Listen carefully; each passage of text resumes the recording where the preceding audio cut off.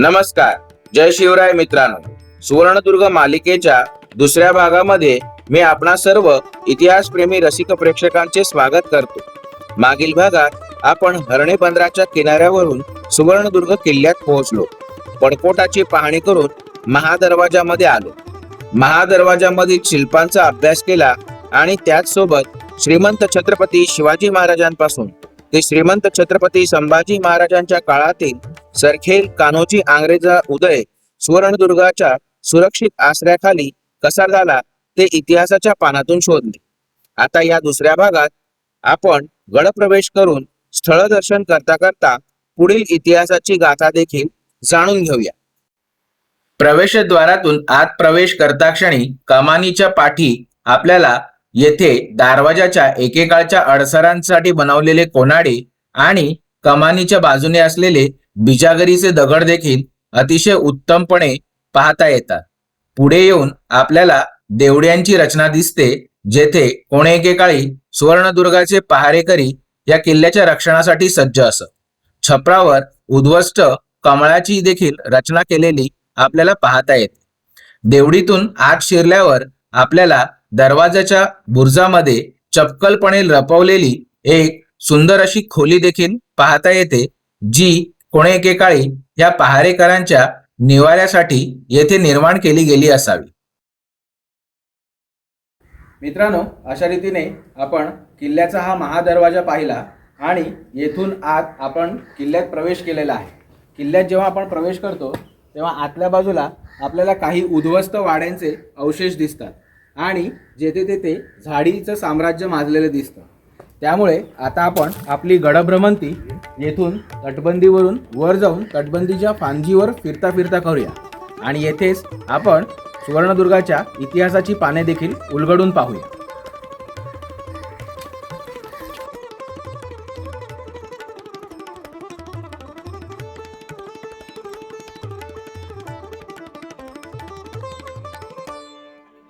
मित्रांनो, आपण सुवर्णदुर्ग किल्ल्याच्या पहिल्या भागामध्ये छत्रपती संभाजी महाराज कान्होजी आंग्रेंच्या पराक्रमांची नोंद घेऊन त्यांना सुवर्णदुर्ग किल्ल्याचे किल्लेदार कसे नेमतात हे पाहिले.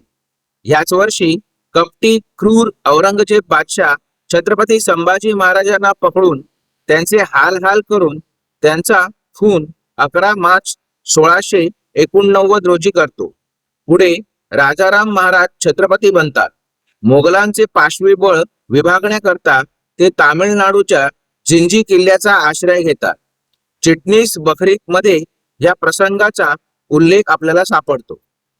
बखरीनुसार राजाराम साहेबी जिंजीस आश्रय घेतला त्यावेळी सिदोजी गुजर आरमार प्रमुख यास बरोबर नेले.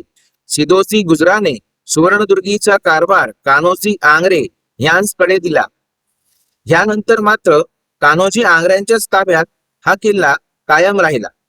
कान्होजी आंग्रे पुढे महाराणी ताराबाईंच्या काळात संपूर्ण आरमाराचे प्रमुख बनले. तत्पूर्वी राजाराम महाराजांनी त्यांना आरमारांचे उपमुख्य अधिकारी म्हणजे दुय्यम सरखेल बनवले होते. या महत्वाच्या जबाबदाऱ्यांमुळे कान्होजींनी आपल्या पदरी असणाऱ्या हुशार सरदारांना सुवर्णदुर्गाचे किल्लेदार वेळोवेळी नेमले. बकाजी नाईक महाडिक, हरजी नाईक कदम, मोत्याजीराव विचारे, रामजी नाईक पाटोळे हे कान्होजींच्या कार्यकाळात 1700 पासनं ते 1729 पर्यंत सुवर्णदुर्गाचे विविध कालावधीमध्ये किल्लेदार होते. 3 मार्च 1700 या दिवशी छत्रपती राजारामांचा सिंहगडावर मृत्यू होतो. पण महाराणी ताराबाई न घाबरता छोट्या शिवाजीला गादीवर बसवून निर्भयपणे राज्यकारभार हाती घेतात. कान्होजींचे महत्व लक्षात आल्याने सिदोजी गुजरांच्या मृत्यूनंतर नौदल प्रमुख म्हणून कान्होजींची नेमणूक करतात आणि त्यांना सरखेल हा किताब देतात. याची नक्की तारीख मिळत नाही, पण याच 1700च्या वर्षाच्या आसपास कधीतरी ही घटना घडून आल्याचा अंदाज बहुतेक इतिहासकार व्यक्त करतात. पुढे 1707 साली बादशाह औरंगजेब वारतो व शाहूराजे परत येतात. 1713 साली शाहूराजे मराठा राज्याचे छत्रपती बनतात व ताराबाई आणि शाहू महाराजांमध्ये गृहयुद्ध सुरू होते. 1707 ते 1714 या दीर्घ कालावधीमध्ये मराठ्यांच्या छत्रपती पदासाठी दुर्दैवी गृहयुद्ध चालते. यात प्रथमतः कान्होजी आंग्रे ताराबाईंच्या पक्षात असतात, पण बाळाजी विश्वनाथाच्या सांगण्यावरून ते छत्रपती शाहू महाराजांच्या चरणी निष्ठा व्यक्त करतात. शाहू महाराज छत्रपती झाल्यावर कान्होजींना वंश परंपरा सरखेल व कोकणाची 26 किल्ल्यांच्या प्रदेशाची जागीर देतात आणि कान्होजी कोकणचे सरसुभेदार आणि मराठ्यांचे नौदल प्रमुख म्हणजे सरखेल हे वंश परंपरेने पहिल्या प्रथम बनतात. यामुळे छत्रपती शाहू महाराजांचे बळ वाढतेच, पण कान्होजी आंग्रेंना देखील मराठा केंद्रीय सत्तेचे पाठबळ मिळते आणि सिद्धी, इंग्रज, पोर्तुगीज अशा समुद्री सत्तांविरुद्ध चालणाऱ्या त्यांच्या युद्धाला अतिशय महत्वाचे असे लष्करी आणि आर्थिक बळ देखील प्राप्त होते. तर मित्रांनो, अशा रीतीने आपण सरखेल कान्होजी आंग्रे यांच्या उत्कर्षाची सुवर्णदुर्ग किल्ल्याशी निगडीत असलेली ही कथा पाहून आता परत एकदा आपल्या दुर्गदर्शनाच्या सफरीकडे वळूया. मित्रांनो, ही अतिशय अवघड अशी पायऱ्यांची वाट आपल्याला वर घेऊन येते. येथून तटबंदीकडे जाता येते, पण तटबंदीवर जाण्याच्या आधी आपली येथे एक गुप्त खोली वाट बघत असते. येथे दरवाजाच्या वर एक अतिशय खुबीने लपवलेली गुप्त खोली आहे. कोणी एकेकाळी कदाचित दारुगोळा साठवण्यासाठी किंवा अन्नधान्य साठवण्यासाठी या कामाकरता दरवाजाच्या वरच येथे अशा गुप्त खोलीची सोय केलेली होती, जेणेकरून संकट समयी वस्तूंचा पुरवठा येथल्या येथे करता यावा.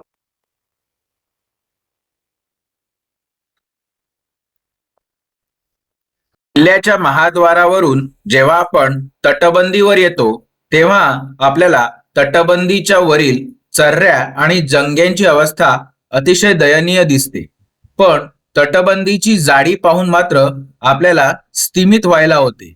ही भली भक्कम अशी रुंद तटबंदी जवळपास एक बैलगाडी आरामात धावेल इतक्या जाडीची बांधण्यात आलेली आहे. उजव्या हाताला तटबंदीवरून फिरताना आपल्याला एका उद्ध्वस्त वाड्याचे अवशेष पाहायला मिळतात, ज्याच्या एका भिंतीवरील कोनाडे देखील आपले लक्ष वेधून घेतात. सध्या मात्र हा वाडा अतिशय उद्ध्वस्त अवस्थेत आहे. वाड्याच्या पुढेच आपल्याला थोडीशी एक विहिरीची झलक देखील पाहायला मिळते. वाड्याच्या विरुद्ध बाजूला तटबंदीवर आल्यावर आपल्याला पहिल्या बुरुजावर हल्लीच एक नवीन ध्वजस्तंभाची स्थापना केलेली दिसते, ज्यावर मराठ्यांचा भगवा आजही डौलाने फडकताना दिसतो. अतिशय भव्य असा हा बुरुज आपल्याला लक्ष वेधून घेतो. याच्या डाव्या हाताच्या तोफ ठेवण्याच्या कोनाड्यातून बाहेर डोकावून पाहता क्षणी आपल्याला किल्ल्यात लगत असलेली वाळूची पुळण दिसते आणि तटबंदीचे दर्शन होते. त्याचबरोबर येथून आपण जेव्हा परत एकदा मधल्या कोनाड्यातून बाहेर डोकावून बघतो तेव्हा सुवर्णदुर्ग आणि मधला समुद्र आपल्याला पाहता येतो. समोरच आपल्याला सुवर्णदुर्गाचा भक्कम असा उपदुर्ग असलेला गोवा किल्ला किंवा गोव्याचा कोट पाहता येतो. त्याची उद्ध्वस्त तटबंदी आणि काही बुरुज देखील येथून नीटपणे दिसतात. दुसरा उपदुर्ग देखील आपल्याला येथून नीट दिसतो, ज्यावर सध्या कोळ्यांची वस्ती आहे आणि ज्याला फत्तेदुर्ग म्हणून ओळखले जाते. आणि तिसरा कनकदुर्गही येथून स्पष्टपणे पाहता येतो. असे हे सुवर्णदुर्गाचे तिन्ही सुंदर असे उपदुर्ग आपल्याला या कोनाड्यातून सहजपणे पाहता येतात.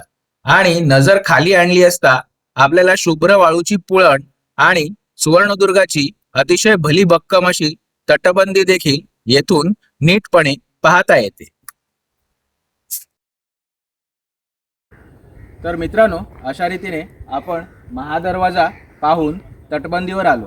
तटबंदीवरून गडफेरी करता करता आपण हा हल्ली नवीन उभारलेला ध्वजस्तंभाचा बुरुज पाहिला. येथूनच आपण जेव्हा तटबंदीवरून माझ्या उजव्या हाताला पाहतो तेव्हा आपल्याला एक अतिशय विशालकाय दरवाजाच्या आकाराची विहीर बनवलेली दिसते, जी पूर्णतः चिरेबंदी आहे हे आपण बघू शकता. दुर्दैवाने येथे आता उपसा नसल्यामुळे या विहिरीचं पाणी हिरवट झालेलं आहे, पण हा किल्ला बांधण्याचा मूळ स्रोतच ही विहीर आहे. कारण छत्रपती शिवाजी महाराजांनी सांगितलेल्या दुर्ग संरचनेच्या तत्वांप्रमाणे जे आज्ञापत्रात पंत अमात्याने लिहून ठेवलं आहे की उदक पाहूनच दुर्ग निर्मिती करावी. जर हे पाणी गोड पाणी नसेल तर येथे किल्लाच बांधता आला नसता. आणि हेच आश्चर्य आहे की सभोवताली संपूर्ण खारं पाणी असताना देखील सुवर्णदुर्गात आपल्याला ही गोड पाण्याची विहीर पाहायला मिळते. तर आता आपण आपली गडभ्रमंती पुढे सुरू ठेवूया.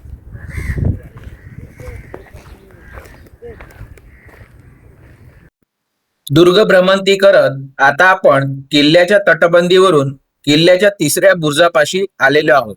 या तिसऱ्या बुर्जावर आपल्याला एकूण 6 तोफा ठेवण्याचे कोनाडे येथे दिसून येतात. सध्या या कोनाड्यांची बरीच पडझड झालेली आहे आणि काळाशी झुंजत हे बांधकाम अजूनही आपल्या अस्तित्व टिकवून ठेवण्याची पराकाष्ठा करत आहे. येथून आपल्याला एका तोफेचेही दर्शन करता येते. ही तोफ आजघडीला अतिशय गंजून गेलेली आहे आणि पक्ष्यांच्या विष्ठेमुळे विद्रूप देखील झालेली आहे. येथून आता आपण तिसऱ्या बुर्जाच्या 6व्या तोफ ठेवण्याच्या कोनाड्यापाशी येऊन पोहोचलो आहोत. येथून आपल्याला तटबंदीचे भव्य विस्तृत असे दर्शन घडते. यापुढील दुर्ग दर्शन करण्याआधी परत एकदा आपण इतिहासाकडे वळूया. सुवर्णदुर्ग किल्ल्याच्या इतिहासाची पाने चाळताना आपल्याला असे लक्षात येते की इसवी सन 1723 सालापर्यंत कान्होजी आंग्रे यांच्या ताब्यात जरी सुवर्णदुर्ग किल्ला असला तरी सुवर्णदुर्ग तालुका म्हणजे सुवर्णदुर्गाच्या भोवतालची महसुली उत्पन्नाची गावं मात्र बावडेकर पंत अमात्य या ताराबाईंच्या पक्षातील सरदारांकडे होता. 1714 पासून ते 1723 सालापर्यंत कान्होजींनी जरी पक्ष बदलून छत्रपती शाहू महाराजांकडे निष्ठा व्यक्त केली होती तरी ताराबाईंच्या पक्षातील पंत अमात्यांच्या महसुली उत्पन्नाच्या गावांना हात लावला नव्हता. पण 1723 मध्ये छत्रपती शाहू महाराजांच्या हुकुमानुसार पंत अमात्य बावडेकर यांच्याकडून सुवर्णदुर्ग तालुक्याच्या गावाचा ताबा कान्होजी आंग्रे सातारकर छत्रपतींच्या वतीने स्वतःकडे घेतात.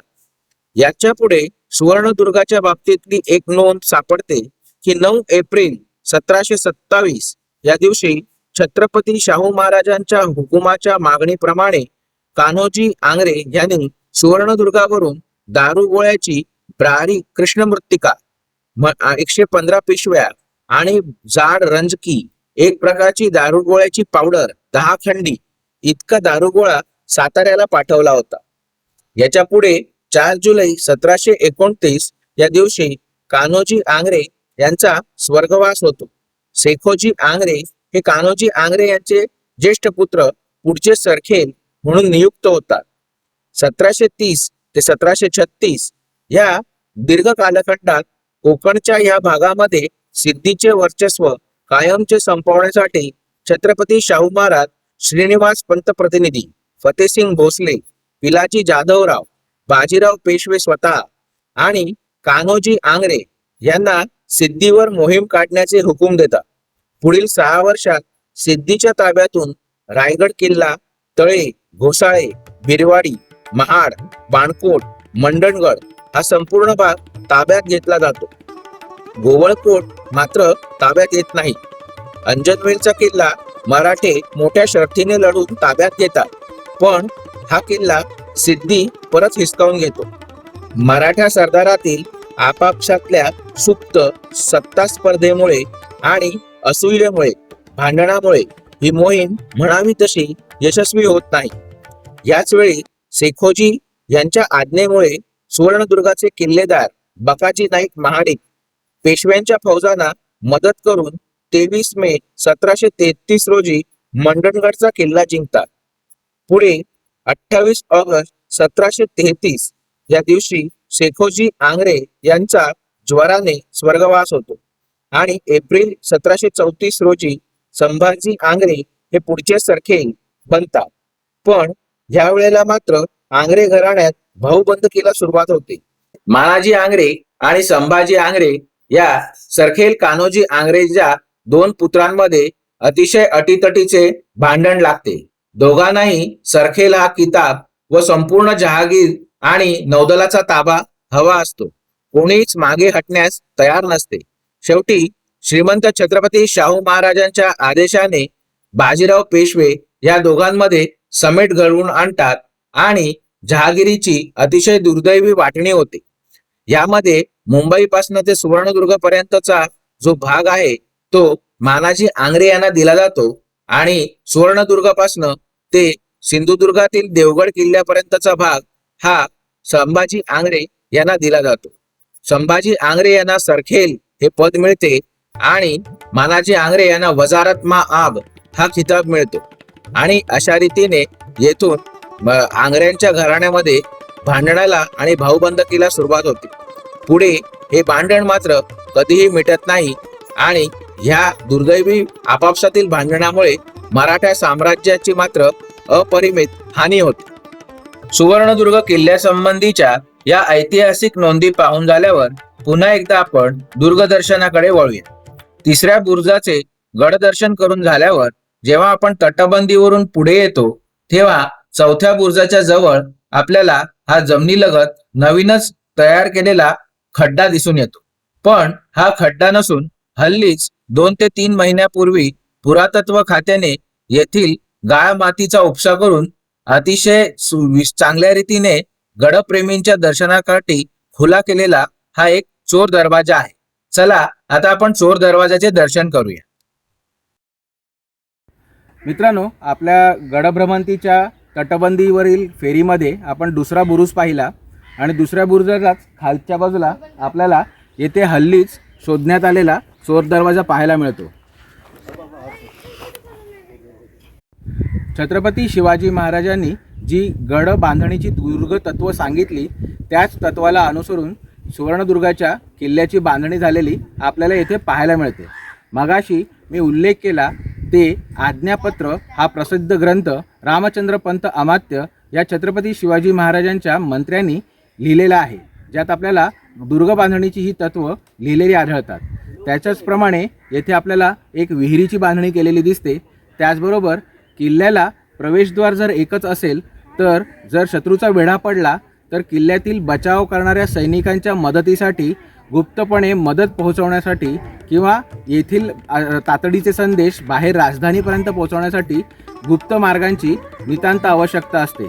त्यामुळे गडाला कधीही एकापेक्षा अधिक प्रवेशद्वारं असली पाहिजेत असा जणू छत्रपती शिवाजी महाराजांचा अलिखित नियम होता आणि तोच नियम आपल्याला इथे या चोर दरवाजाद्वारे पाहायला मिळतो. एक महादरवाजा आहे, त्याचबरोबर गुप्तपणे आत बाहेर जाण्यासाठी इथे चोर दरवाजाची देखील निर्मिती करण्यात आलेली होती. हा चोर दरवाजा हल्ली 2-3 महिन्यापूर्वीच येथे पुरातत्व खातं आणि स्थानिक युवा प्रतिष्ठानच्या जे आपले युवा कार्यकर्ते आहेत त्यांनी येथे शोधून काढला आणि येथे साचलेली माती बाहेर करून साफ करून आपल्यासारखा इतिहासप्रेमी रसिक प्रेक्षकांना येथे येऊन पाहण्यासाठी खुला केला. त्याबद्दल त्यांचे आभार मानायला हवेत. चला आता आपण येथे आत जाऊन चोर दरवाजा आतून कसा दिसतो त्याची पाहणी करूया.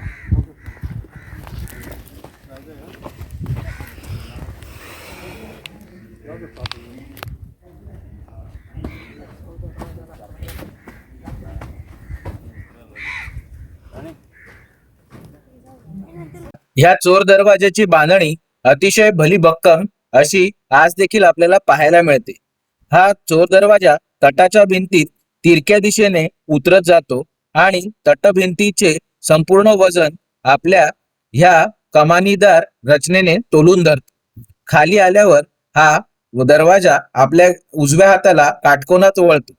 ह्या छोट्याशा दाराला देखील अडसराची रचना केलेली आपल्याला येथे पाहायला मिळते. ह्या छोट्याशा दारातून वाकून बाहेर आल्यावर आपल्याला समुद्राचे नयनरम्य दृश्य पाहायला मिळते. पाठी वळून पाहिले की प्रचंड भव्य अशा बलदंड बुरुजाच्या सांदी कोपऱ्यामध्ये मोठ्या शिताफीने हा दरवाजा दडवलेला आपण पाहू शकतो आणि आपल्याला ह्या दुर्ग स्थपतींच्या रचनेचे निश्चित कौतुक करावेसे वाटते.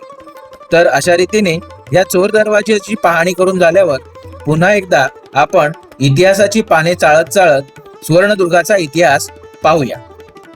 मराठ्यांच्या आरमार प्रमुखांच्या घराण्यातील या भाऊबंदकीच्या काळात मराठ्यांचे शत्रू मात्र स्वस्थ बसलेले नसतात. नोव्हेंबर 1733 या दिवशी सिद्धी बाणकोट जिंकण्याचा अयशस्वी प्रयत्न करतो. स्वारीच्या दरम्यान हा सिद्धी सुवर्णदुर्गाची पेठ म्हणजे हरणेच्या बंदरामध्ये प्रचंड जाळपोळ करतो आणि स्वराज्याच्या प्रजेला नुकसान पोहोचवतो. या पुढच्या मात्र सुवर्णदुर्गा संबंधीच्या सर्व नोंदी संभाजी आंग्रे आणि मानाजी आंग्रे यांच्या आपापसातील भाऊबंदकीच्या, पेशव्यांनी बांधण्यात लावलेल्या आगीच्या, खुद्द छत्रपतींचे आदेश संभाजीने न पाळल्याच्या मिळतात. यातूनच वतनदारी आणि जहागिरीमुळे राज्याचे कसे नुकसान होते ते, आणि त्याच्याचमुळे वतनदारी आणि जहागीरदारी देऊच नये या मताचे श्रीमंत छत्रपती शिवाजी महाराज किती दूरदृष्टीचे होते हे समजून येते. याच्यानंतर 28 एप्रिल 1740 या दिवशी पहिले बाजीराव पेशवे स्वर्गवासी होतात आणि जून 1740 मध्ये नानासाहेब पेशवे पुढचे पेशवे नियुक्त होतात. 9 नोव्हेंबर 1740 या दिवशी सुवर्णदुर्गावरून संभाजी आंग्रे मुंबईकर इंग्रजांच्या प्रदेशावर नौसेनेच्या साह्याने हमला करतात आणि यावेळेला सुवर्णदुर्गाची मराठा नौदलाला फारच मदत होते. 12 जानेवारी 1742 रोजी संभाजी आंग्रे स्वर्गवासी होतात. त्याच्यानंतर ही भाऊबंदकी थांबण्याच्या ऐवजी अजूनच वाढते. मानाजी आंग्रे आणि संभाजी आंग्रेचे धाकटे बंधू तुळाजी आंग्रे यांच्या सरखेल पदावर परत एकदा उभा दावा ठाकतो. मानाजींना इंग्रजांनी गुप्त मदतीचे आश्वासन दिलेले असते हे समजल्यामुळे तुळाजी पोर्तुगीजांचे आश्वासन मिळवतात आणि सत्ता स्पर्धा, शह, काटशह आणि राजकारणाला उधाण येते. शेवटी जो कोणी सिद्धीच्या ताब्यातील गोवळकोट आणि अंजनवेल हा किल्ला जिंकून घेईल त्यांना सरखेल बनवू अशी पैज छत्रपती शाहू महाराज घोषित करतात. ही पैज तुळाजी आंग्रे जिंकतो आणि सरखेल पद मिळवतो. पण हे पद मिळताना मानाजीला वजारतमा आप पद आणि कुलाब्याची जहागीर मिळू नये ही देखील त्याची इच्छा असते. जुलै 1743 या महिन्यामध्ये तुळाजी आंग्रे सुवर्णदुर्गावरून छत्रपती शाहू महाराजांना 15 पोती सुपारी भेट म्हणून पाठवतो अशी देखील नोंद आपल्याला सुवर्णदुर्ग किल्ल्यासंबंधीची मराठा दफ्तरे चाळताना आढळून येते. ह्याच्या पुढची महत्वाची नोंद म्हणजे 15 डिसेंबर 1749 या काळ्या दिवशी छत्रपती शाहू महाराज स्वर्गवासी होतात आणि मराठ्यांवर असणारे छत्रपतींचे छत्र नाहीसे होते. 1742 ते 1749 या काळामध्ये तुळाजी आंग्रे यांचे त्याच्या शेजाऱ्यांची सगळ्यांचीच भांडण होते. पंत अमात्य करवीर यांच्या विशाळगड भागामध्ये तुळाजी आंग्रे धुडगूस घालतो. खुद्द छत्रपतींच्या सारा वसुली संबंधीच्या आज्ञांचा अवमान करतो. कोकणचा सारा सरकारात जमा करण्यास टाळाटाळ करतो. सावंतवाडीच्या सावंताशी भांडण उकरून काढतो. मानाजी आंग्रेंची तर त्याचे पिढीजात भांडण असते. भाऊबंदकीमध्ये हे तुळाजी आंग्रे भान विसरून शत्रूची देखील मदत घेतात. पण त्याचबरोबर पेशवा नानासाहेबाचे देखील धूर्त राजकारण या सर्वाला कारणीभूत ठरते. पेशवा नानासाहेब मुद्दामून मानाजीला पाठिंबा देतो. पंतप्रधान हा निस्पृह आणि निष्पक्ष असावा याचा नानासाहेबाला विसर पडतो. छत्रपतींच्या जुना सरदारांची संस्थाने खालसा करून सर्वत्र पेशव्याची सत्ता स्थापण्याची त्याची महत्वाकांक्षा असते. हुशार इंग्रज या परिस्थितीचा अचूक फायदा घेतात. तुळाजीला सागरी लुटारू म्हणून बदनाम करतात. प्रत्यक्षात तुळाजी हा मराठ्यांच्या आरमाराचा सरखेल आहे हे त्यांना व्यवस्थित माहिती असते. सर्व तहनाम्यात करारपत्रामध्ये छत्रपती शाहू महाराजांचा सेवक म्हणून मराठा राज्याचा एक जबाबदार अधिकारी या नात्याने कुठल्याही जहाजाच्या नुकसानीला तुळाजी आंग्रे जबाबदार असेल असे कलम मात्र ते चतुराईने घालत असतात. पण व्यवहारात मात्र तुळाजी आंग्रे हा एक लुटारू सागरी चाचा आहे हे जिथे तिथे घोषित करत सुटायला इंग्रज चुकत नाही. याचबरोबर इंग्रज पेशव्याच्या मनातल्या सुप्त हावरटपणाला आणि वर्चस्व वृत्तीला खतपाणी घालतात आणि त्यांना जाणवून देतात की कोकणामध्ये पेशवे पंतप्रधानाची सत्ता सरखेल तुळाजी मानत नाही. या गोष्टी मराठी साम्राज्याच्या हिताला अतिशय बाधक आहे आणि पेशव्याचे कान भरून ते इंग्रज सरखेलांच्या विरुद्ध पेशव्यांना हालचाली करायला भाग पाडतात. 1755 सालामध्ये पेशव्यांच्या विरोधात तुळाजी डचांची मदत घेऊन त्या डच लोकांना देवगड देव करणार आणि त्याबदली पेशव्यांविरुद्ध लष्करी मदत घेणार अशी कुणकुण नानासाहेब पेशव्यांना लागते. मग नानासाहेब पेशवे देखील मुंबईकर इंग्रजांची मदत घेतात आणि इंग्रज ही संधी शोधत असतात. मार्च 1755 या महिन्यामध्ये पेशव्यांचा आणि इंग्रजांचा करार होतो आणि पेशव्यांची फौज आणि इंग्रजांचे नौदल तुळाजीवर हमल्यासाठी रवाना होते. सुवर्णदुर्गाचा पहिला चोर दरवाजा पाहून झाल्यावर आणि इतिहासातील राजकारणाचे खेळ जाणून घेतल्यावर आपण दुसऱ्या भागाची सांगता येथेच करूया. पुढील भागात आपण उर्वरित दुर्गदर्शन करून सुवर्णदुर्गाच्या दुर्गवैभवाचे बारकावे पाहूया व जाणून घेऊया की इंग्रज आणि पेशव्यांच्या संयुक्त हमल्यानंतर सुवर्णदुर्गाच्या इतिहासाने कुठले वळण घेतले व पुढे सुवर्णदुर्ग किल्ला नक्की कोणाच्या ताब्यात राहिला. हा भाग आपल्याला कसा वाटला हे आपल्या प्रतिक्रियांद्वारे आम्हाला नक्की कळवा. आपल्याला ही माहिती आवडली व उपयुक्त वाटली असल्यास पुरावे व तथ्यांवर आधारित ह्या मराठ्यांच्या पराक्रमी इतिहासाची माहिती आपल्या मित्रांना व परिवाराला आवर्जून फॉरवर्ड करा. सह्याद्री नेचर ट्रेल्स चॅनलवर प्रथमच आमचा व्हिडिओ पाहत असल्यास मराठा साम्राज्यातील किल्ले त्यांच्या पुराव्यांवर आधारित इतिहासासह पाहण्यासाठी, प्राचीन लेणी, मंदिरे त्यांच्या मूर्तिकलेतील बारकाव्यांसह पाहण्यासाठी, पराक्रमी मराठा वीरांच्या समाध्या पाहून त्यांच्यापासून प्रेरणा घेण्यासाठी आमचे चॅनेल नक्की सबस्क्राईब करा, जेणेकरून आमचे नवनवे व्हिडिओ आपल्याला नोटिफिकेशनद्वारे मिळू शकतील. ह्या आपल्या चॅनेलला पाठबळ व प्रोत्साहन देण्यासाठी आपण यूट्यूबचे हाईट बटन, व्हिडिओ खाली असणारे सुपर थँक्सचे बटन दाबून आपला पाठिंबा दर्शवू शकता.